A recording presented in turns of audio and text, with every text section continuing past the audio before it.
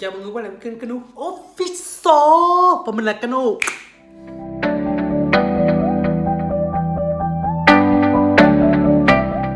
Vừa rồi mọi người, khi mà mình làm kênh YouTube của mình á, mình mới thấy là cái thumbnail á là mình không biết cách làm.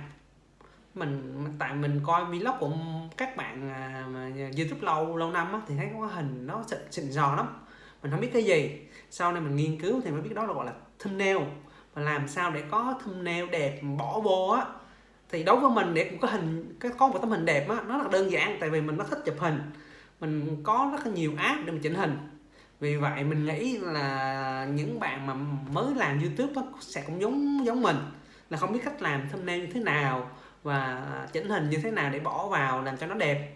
Thì mình bây giờ ngày hôm nay mình quyết định sẽ làm một cái vlog hướng dẫn các bạn làm cái thumbnail xịn sò đẹp up lên YouTube bằng hai app rất đơn giản, bằng điện thoại của mình luôn, không cần máy tính gì hết. Đó là mình sử dụng app Snapseed, là app này chuyên chỉnh hình, và app thứ hai là app Photon á, là app này nó là để viết chữ lên hình. Bây giờ mình sẽ tiến hành làm nha. Mình sẽ làm chi tiết trong cái vlog này. Các bạn nào muốn làm cái thumbnail xịn sò á thì hãy xem vlog này nha. Các bạn nào thích thì hãy subscribe kênh của mình nha.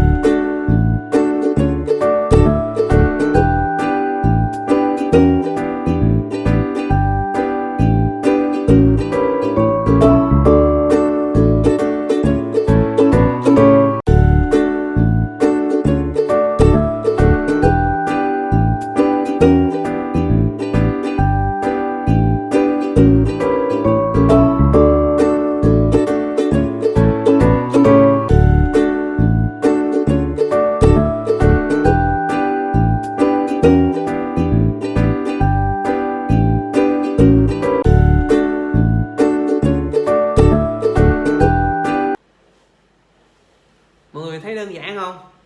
Nói chung đơn giản phải không? Lần đầu thì có thể làm không được đẹp, nhưng vài ba lần sau á, mọi người làm sẽ thấy đẹp hơn à. Tại vì cái app này cũng free á, nên mình download không tốn tiền đâu.